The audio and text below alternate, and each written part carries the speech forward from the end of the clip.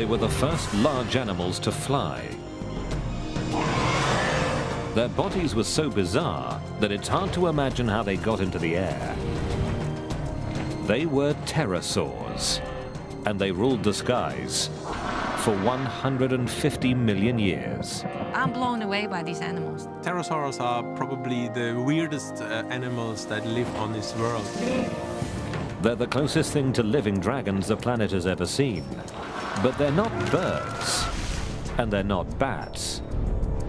So what on earth are they? They're impossible animals. They're reptiles, and yet they're flying around. How on earth could these animals ever fly? And can they fly again? We joined one team on their quest to build one, as they hunt for evidence to unlock the mystery of their flight and piece together clues that may uncover their secrets. We're about to come face to face with the monsters of the sky.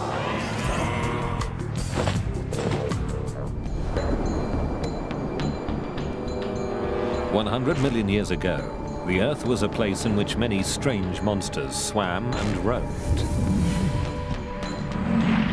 The planet was in the grip of giant reptiles, and the ancient game of hunt and kill played out on a scale we wouldn't recognize today.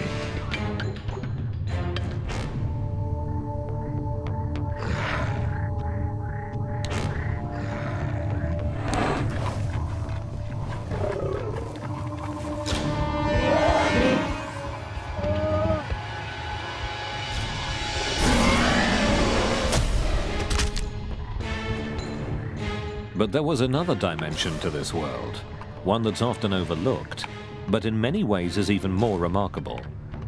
Our planet was also home to some incredible and mysterious creatures. Flying reptiles, some of them bristling with teeth. Pterosaurs.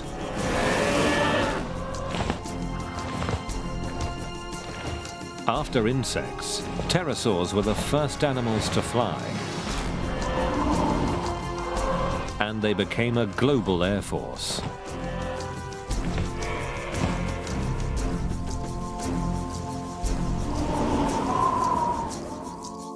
Pterosaurs appeared abruptly in the fossil record 220 million years ago. We still don't really understand how they evolved.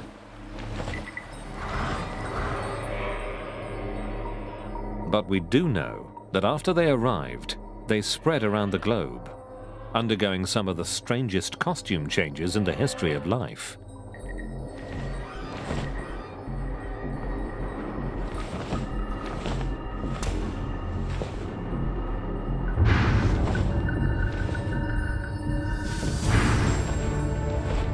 Some had short tails, others long.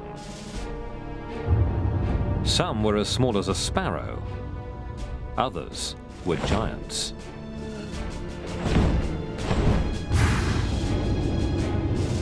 Many were covered with something like hair and sported flamboyant crests.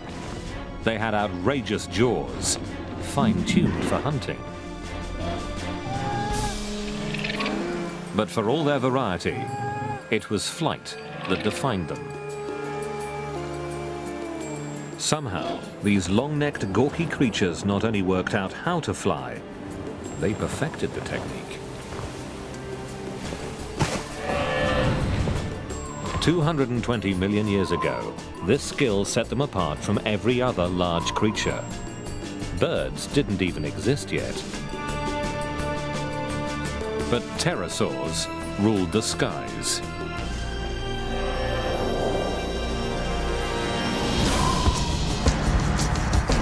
We're only just beginning to solve the mysteries of their reign. What was it like in the world of the pterosaurs?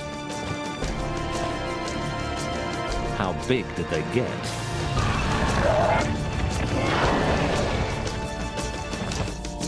And how does an animal that resembles a broken umbrella get its ungainly body into the air and manage to fly?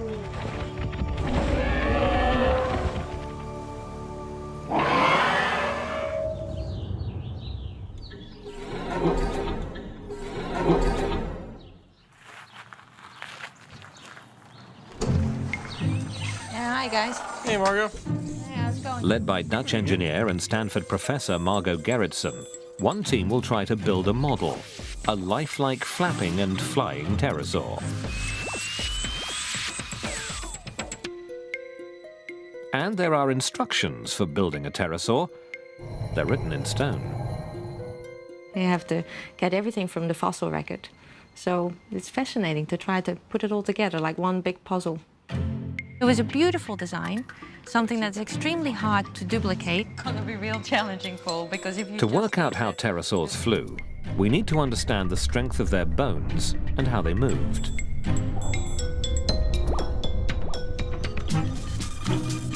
We also need to work out the shape and construction of their wings and how they flapped to create lift and thrust to power their flight. The Stanford model is in its early stages, more aircraft than animal. But gradually, it'll become more realistic as the team first builds it and then tries to keep it in the air. 5, 4, 3, 2, 1. Here we go. Their goal is to uncover the flight secrets of the first large animal to take to the skies.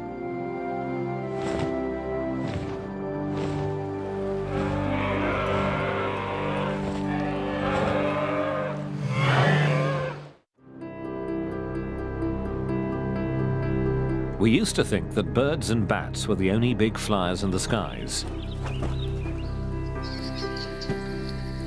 But a strange discovery near Solnhofen in Germany shattered this myth.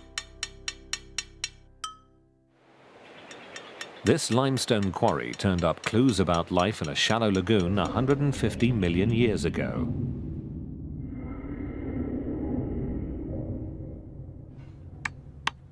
Less than 250 years ago, a quarryman here found something baffling.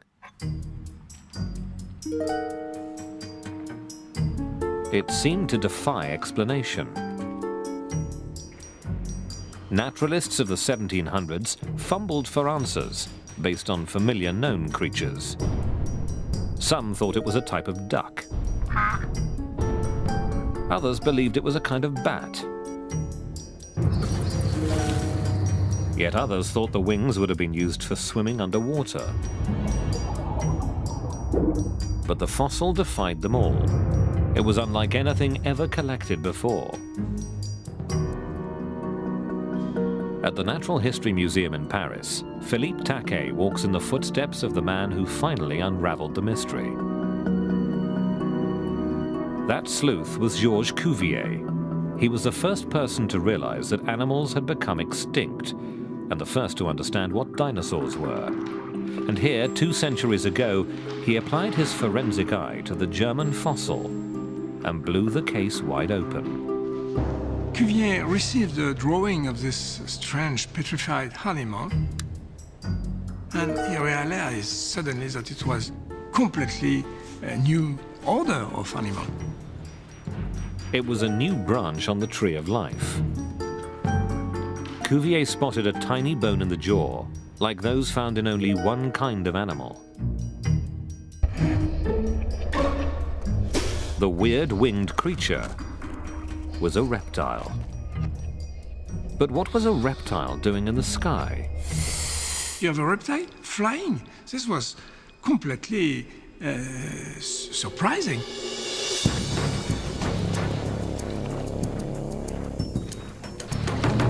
How could a cold-blooded, lethargic beast akin to a crocodile launch its bulk into the air?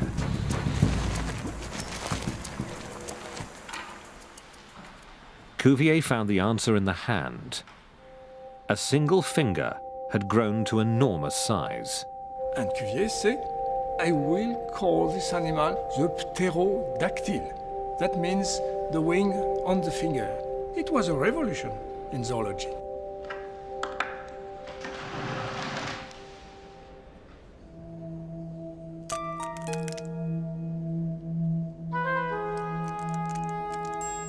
Cuvier could only imagine what it looked like when it took to the air.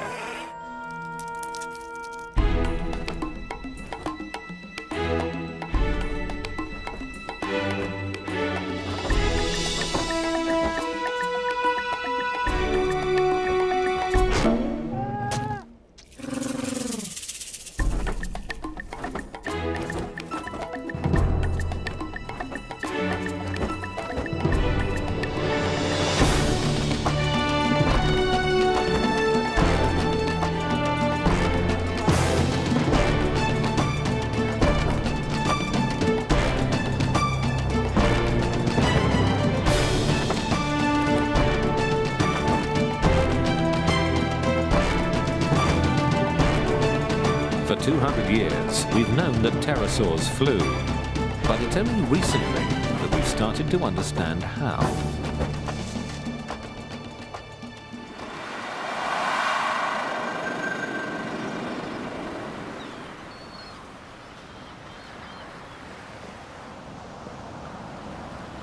It's easy to overlook what an incredible amount of skill it takes to fly. To get answers about how pterosaurs did it, we can look at the wings of birds and bats. All flying animals use the bones of the hands and fingers to fly, but they do it in different ways. Birds have lost the fourth and fifth fingers. They take the first three fingers, and these form the supports for the feathers. In bats, it's a different story. The four fingers stretch and control the membrane, while the thumb is free. With pterosaurs, the little finger disappeared, and the ring finger was stretched dramatically. The signature weirdness of pterosaurs is this one mega finger that supported the entire wing.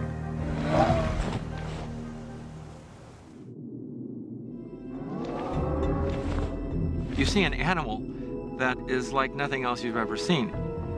It's the most bizarre, ungainly, beautiful creature. I mean, it's flying with a finger. Evidence of that finger is elusive. Pterosaur fossils are extremely fragile. It's very rare to get a beautiful specimen of a pterosaur. Nevertheless, Paul Serino did it.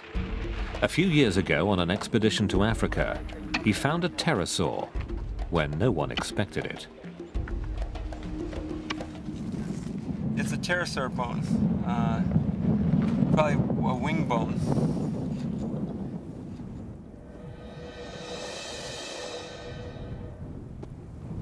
The sandstone's missing this end, but this end. Pterosaurs are virtually unknown from Africa. There were just bits and pieces recorded, and it really was an incredible discovery. Before this expedition, major pterosaur discoveries had come from Europe, China, and the Americas. The discovery of our African pterosaur showed they had a global reach. They truly conquered every continent. When Serino found his pterosaur, he also found fossils of a heavyweight predator called supercroc. That's Sarcosuchus? This is Sarcosuchus, the giant crocodile of its jaw alone measured nearly 2 meters. One huge skull.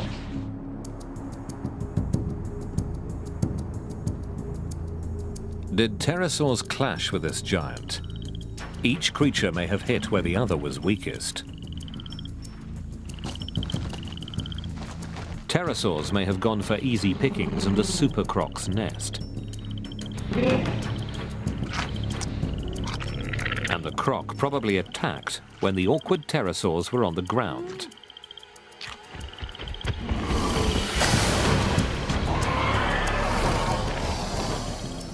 Investigators recently unearthed evidence of a similar conflict, the first of its kind ever discovered. A fossil find in Canada may show that pterosaurs did tangle with dinosaurs.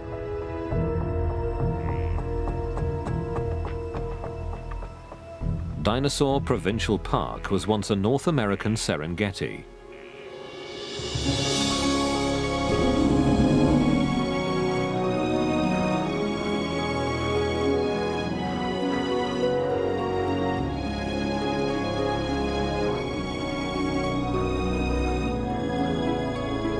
Pterosaurs here tried to steer clear of danger on the ground.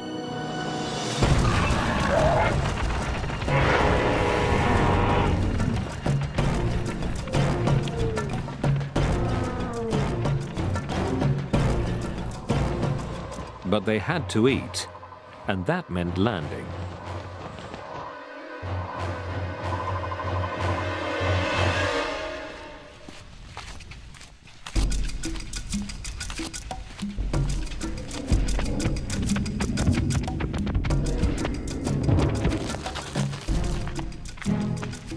Eons later, a fossil hunter found hints of what may have been one pterosaur's last landing. I walked around a corner and took a couple more steps and looked down, and there was this long, skinny bone. And I'm like, this is interesting. It was part of a pterosaur's megafinger, and fragile pterosaur fossils don't usually last long in the open air. Not only that, but the first bone led to several more. And then to an incredible discovery. A tooth from something like a velociraptor sunk into the pterosaur's shin.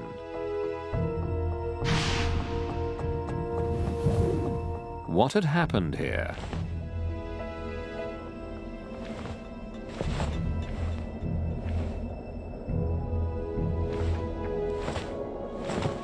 Below the pterosaurs, raptors were constantly on the hunt.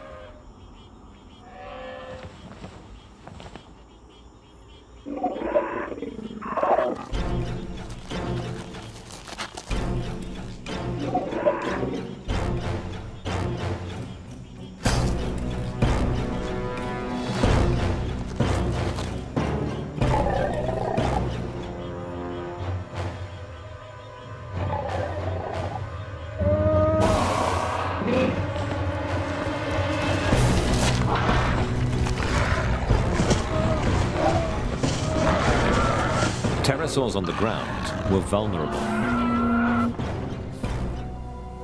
Their power was in the air. Flying was their ultimate survival tool. Pterosaurs dominated the skies, and they did this for 140 million years, which is a tremendously long period of time. Primarily they did this because they were the first to get into the skies. Before birds evolved, pterosaurs had the skies to themselves for 70 million years. They spread across the globe and morphed into a wild variety of forms. And aside from the power of flight, they all had one thing in common. Pterosaurs were incredibly effective predators. They could gobble up almost anything they could find. Their jaws tell the story of what they ate. We know of a lot of pterosaurs have no teeth in their jaws. It's quite possible that they were scavengers, and perhaps in some cases they fed on the bodies of dead dinosaurs.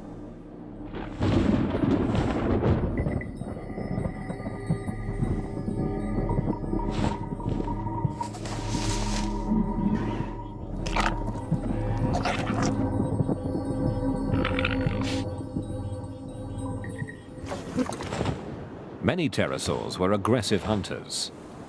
Some were able to snare their fish on the wing.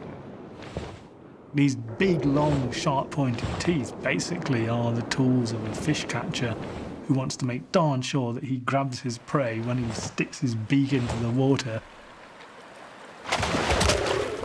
One kind of pterosaur used a sieve of 1,000 teeth to strain for crustaceans. Other pterosaurs have long, sharp-pointed jaws which they use to lever shellfish off rocks or pluck them out of the sand.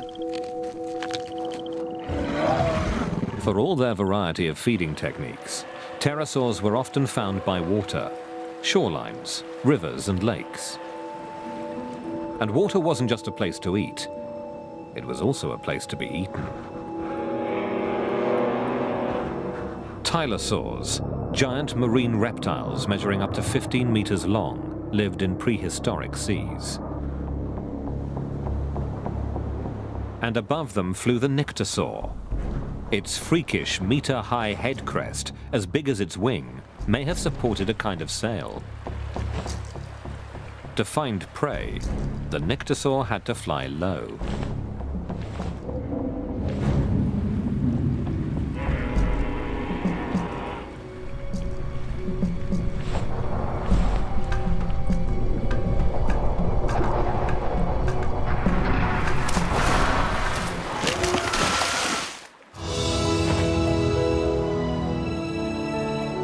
But for every pterosaur ambushed from below, many more spread across the globe. The 5-meter African pterosaur cast its shadow on duckbills. It cruised over prehistoric turtles.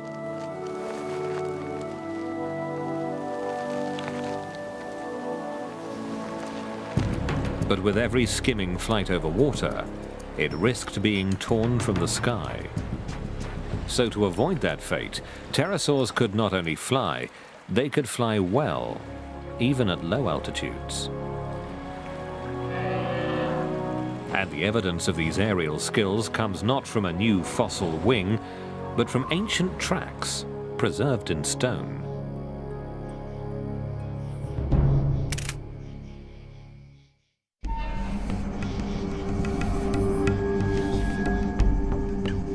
In the past, no one ever thought that pterosaurs could have been skilled flyers. Their clunky bodies seemed to prohibit anything but gliding. But near Toulouse in France, a new piece of evidence has quashed this myth. Two investigators examined the rarest of pterosaur fossils, not petrified bones, but fossilized footprints.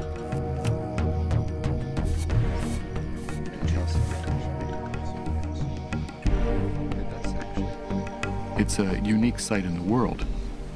This is the first site that actually preserves pterosaur tracks that everyone agrees are pterosaur tracks. One set of footprints here is as vivid to trained eyes as a series of photographs.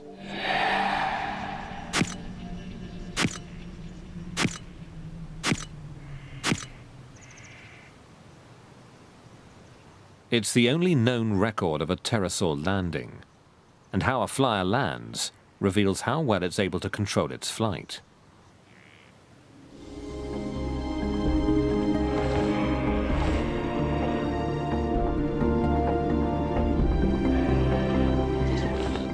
Aeronautical engineer Paul McCready is known for inventing weird flyers, like the Gossamer Albatross, the first human-powered craft to fly across the English Channel.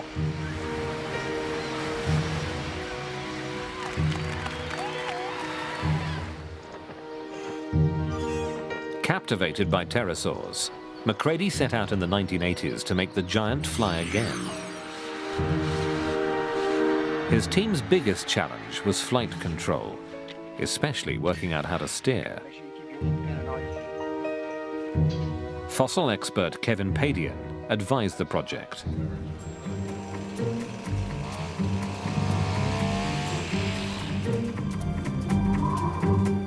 They were able to get it off the ground, get it up in the air.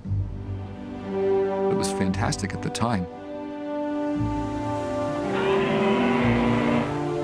We now know that pterosaurs mostly relied on their incredibly sophisticated wings for steering. McCready's wings weren't up to the task. They were made from an unlifelike, rigid carbon fiber.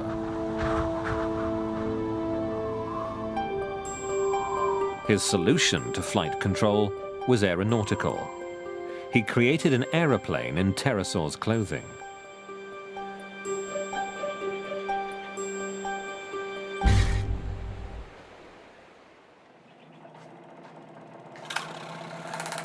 Gerritsen, on the other hand, is aiming for a lifelike pterosaur that steers like the real thing. Really what's helping us most is that we know a lot more about pterosaurs. Because lots of fossils have been found, we know much more about how they were built. For example, fossil evidence shows that pterosaurs flew with their heads angled down, not parallel to the ground, as McCready's model did.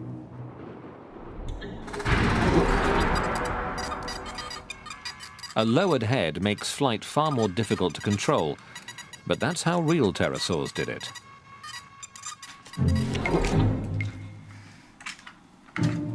Weight is another challenge. The power-to-weight ratio governs all flight. And here, the model has another advantage. New super-light components. The batteries are a lot lighter and very powerful, and that's helping us a lot. The batteries hold 15 times as much power per kilogram as Macready's did. The servo motors are also far smaller, lighter and more powerful. But the biggest difference is the wing. The goal is to solve the steering problem by copying the complexity of a real pterosaur's wing. Macready's wing had only a single moving joint, the shoulder.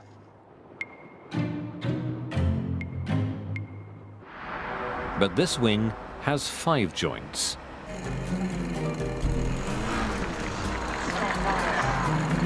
At a runway for remote-controlled aircraft, the model's wings are about to be tested. At this stage, the model is still only part pterosaur. It needs an aeroplane tail to steer, and it uses a propeller for takeoff. But although it may look crude, it boasts one of the most sophisticated wings ever built. Based on clues from pterosaur fossils, there are 5 movable joints inside the wing for steering. The shoulders rotate. They can also sweep forward and back. The wrists can also rotate and sweep, and the wing can bend at the elbow.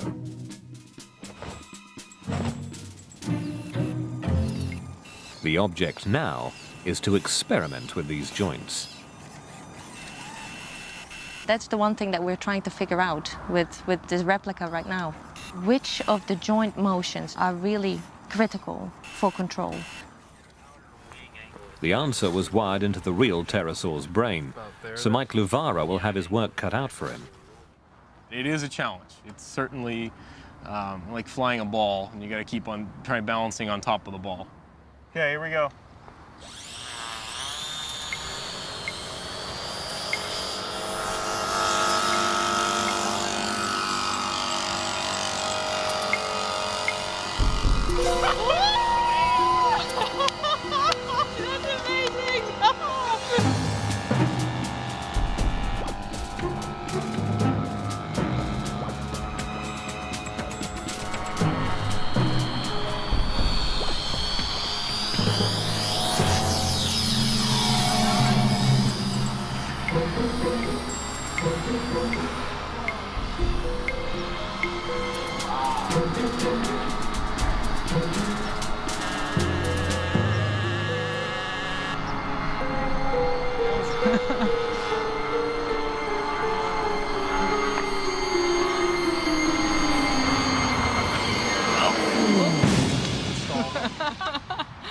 Oh well. Luvara couldn't react quickly enough to keep the model in the air. I would have loved to make it all the way around, but I think we need to do a little more work. Oh my goodness. But it's still a breakthrough. Never before has such an adjustable, lifelike pterosaur wing flown. Something's loose here. I think we popped the elbow. Pterosaurs don't give up their secrets easily. And for a long time, one fundamental fact about these outrageous flyers eluded us. Were pterosaur babies born live, like some snakes or lizards, or did they hatch from eggs? This question was answered only recently. In China, 2 paleontologists uncovered a fossil of a tiny curled-up pterosaur.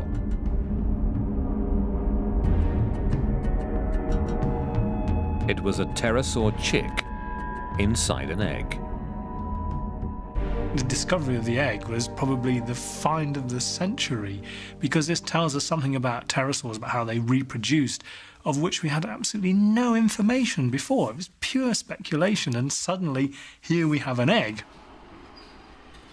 This still doesn't tell us when young pterosaurs began to fly, but Dave Unwin has a controversial theory. Evidence shows that many baby pterosaurs died far from the nest. We find the fossil remains of these individuals miles out at sea. And the only way they could get there is if they were actually flying animals and they got caught in a storm, ended up dead in the water and were buried in the sediments at the bottom. Could pterosaurs have been able to fly right after hatching? Newborn birds and bats can't because they're awkwardly proportioned.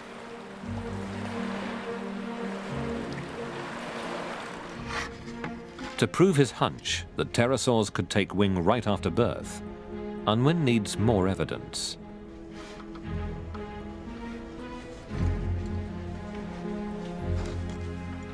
He's assembled a rare series of fossils, the same kind of pterosaur at 3 different ages.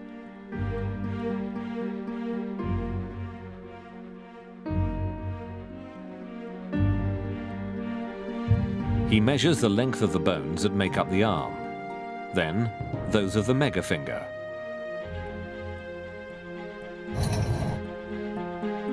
Unwin finds that the arm and the megafinger grow at the same rate. So the proportions of the wing don't change. He also measures bones that have nothing to do with flying, like the beak, and finds that these proportions do change. So only the flight-critical bones keep the same ratio. The evidence about pterosaur hatchlings now comes together. They have all their forelimbs, they have their wing membranes. These tiny little pterosaurs could fly.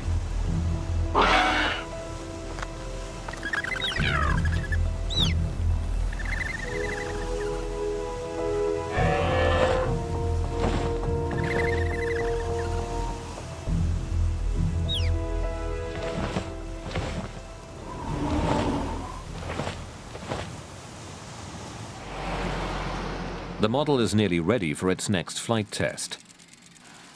But its body hasn't quite finished evolving.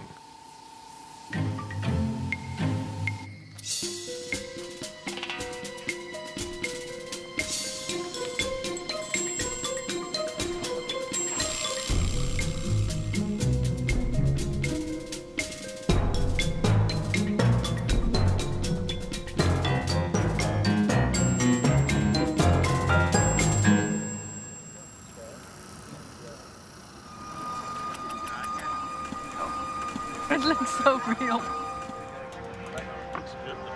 After its makeover, the replica is so lifelike that it's given a name. Herky, short for Hercules.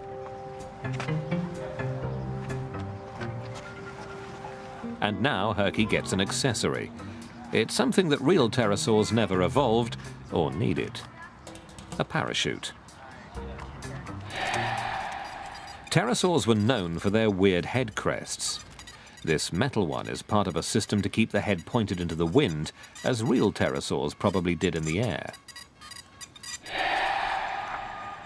For this crucial test, a large remote-controlled aeroplane will carry Herky aloft and then drop him. You want to check it? This is going to be our first flight with fur on the wings. It could go unstable, but I think in generally, we're going to be quite all right with it. This is close to being the weirdest thing I've ever flown. Herky must rely on Michael Luvara's reflexes. A real pterosaur had a big advantage, a flight computer, its brain. A new discovery suggests that its brain could make precise micro-adjustments of the wing many times a second. In a major breakthrough, recent X-ray scans of their skulls revealed faint imprints of pterosaur brains. Pterosaurs had huge balance organs that were able to measure tiny changes in pitch, yaw, and roll. A large part of the brain helped keep the pterosaur's eyes steady during quick maneuvers, a skill critical for hunting. Controlling flight also required gathering data from the wing as well as from the arm and leg joints that kept the membrane taut.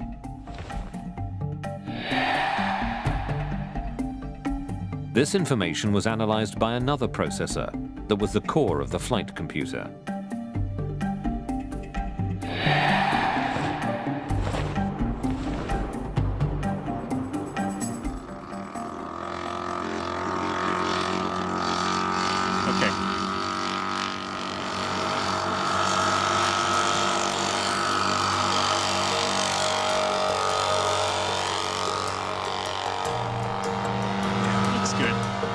With Luvara filling in for Herky's brain and a second pilot controlling the mothership, a gliding test of Herky's lifelike wing begins.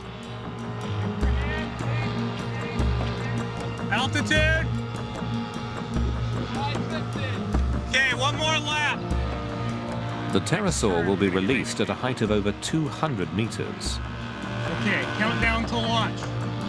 5, 4, 3, 2, 1. Now. The drop is clean, but the next step is critical. The head, pointing straight ahead for takeoff, must be angled down into a realistic position.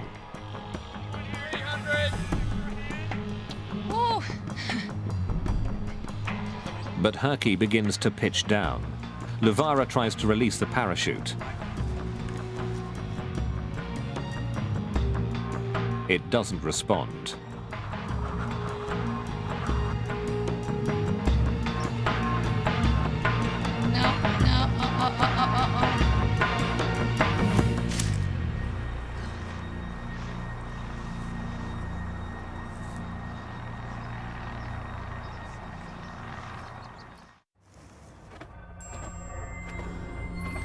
The reason for Herky's failed flight can be found by once more looking at birds and bats. They're the only two large animals alive today to have mastered a particular wing motion that keeps them in the air. It's called the flight stroke. If you want to get up in the air, you have to do a certain kind of motion with your arms. And you can't just flap like this, it doesn't work. It actually requires a stroke that's down and forward, up and back, down and forward, up and back. Pumping wings at high power for a long time is something that only warm-blooded creatures like birds and bats can do. They have a racing metabolism, the equivalent of a V8 engine. Taking to the air requires a lot of energy, and it requires sustained energy. If you want to stay up in the air, for safety's sake, you better be able to have a good energy reserve. Otherwise, you run out of gas and fall down in the middle of a big flight. It's not good for you. But pterosaurs were reptiles, and all living reptiles are cold-blooded. Could pterosaurs have been warm-blooded reptiles? There's a convincing clue to suggest that this may have been the case. A fossil recently discovered in Inner Mongolia shows a pterosaur that had fur not only on its wings, but on its body. This was also an animal with a big motor, but only warm-blooded beasts need fur to conserve heat. They're burning energy like mad, and they're able to burn that energy in bursts when they really need to.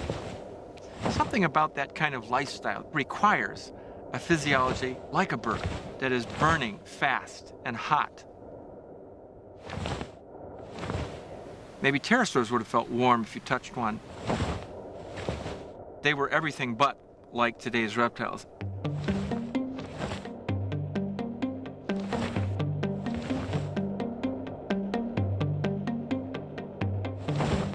Pterosaurs needed one more feature to execute the flight stroke. The flapping takes a lot of power. There's a big wings, and it's flying at high speed.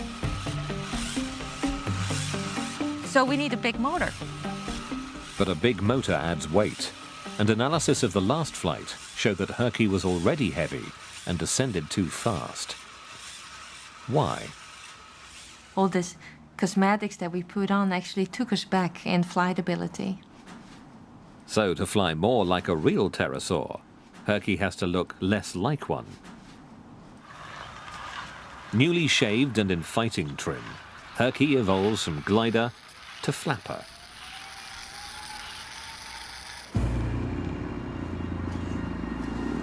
Herky's been worked over, crash-tested and refined. He's as close to a real pterosaur as the team can make him. But is he close enough?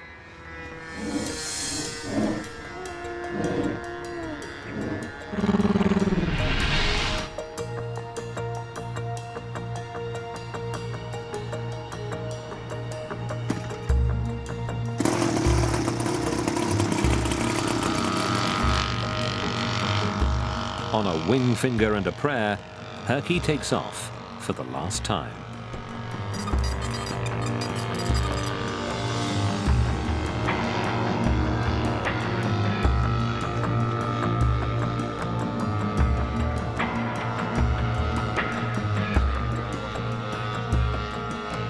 Five, 4, 3, 2, 1. Here we go.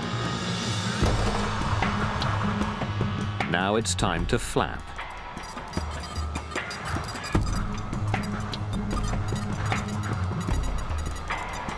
But after a single flight stroke, the wings jam. Herky's engine is too weak, and he can't even get his wings back to level. Luvara bails out.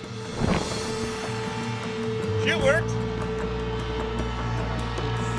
About 50 feet, 40, 20, touchdown. Well, it doesn't look too bad. I think the parachute saved us. Yeah. I think we lost our clutch and gearing. Oh, that's it. Yeah, look at that. That's why it didn't flap. I think we were spinning the motor with nothing. Yeah, the whole clutch system came apart. How about that? Oh, that explains a lot. Well, that also Herky turns out to be a runt. Yeah. Later calculations reveal that his flapping motor had only half the power a real pterosaur would have had. Incredible load in the air. But Herky's wings have still helped to rewrite the book on pterosaur flight. A little bit of slop inboard. I don't know what that was. I'm really proud of the design of the wings. We built a wing that behaves beautifully in gliding flight. We can control the shape, and by controlling it, we can steer the pterosaur. So that's been fantastic. The real animals set an almost impossibly high standard. And it was only by building Herky that we've learned just how skilled they were.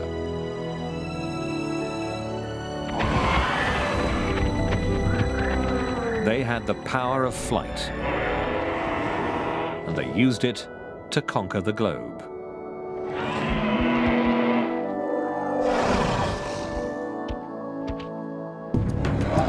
Tenacious hunters, they adapted to different diets.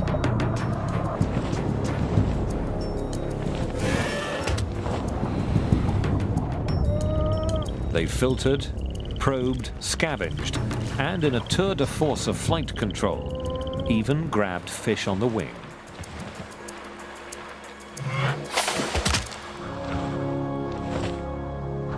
They were quite amazing.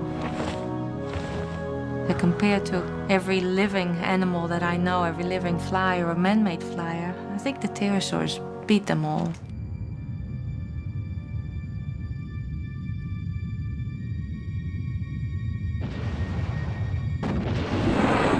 But after ruling the skies for 150 million years, the sky monsters and the planet suffered a calamity. An asteroid struck the Earth.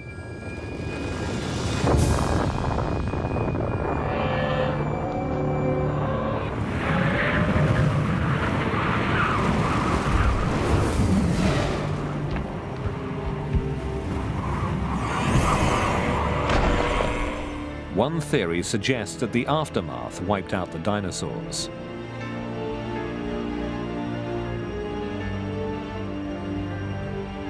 The monstrous marine reptiles also disappeared.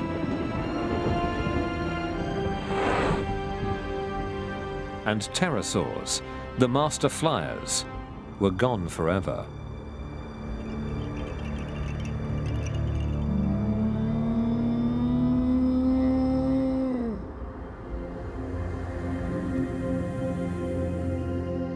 The skies are now left to the birds and the bats. But for all their majesty, they'll never match the grandeur and uniqueness of the greatest creatures ever to take wing.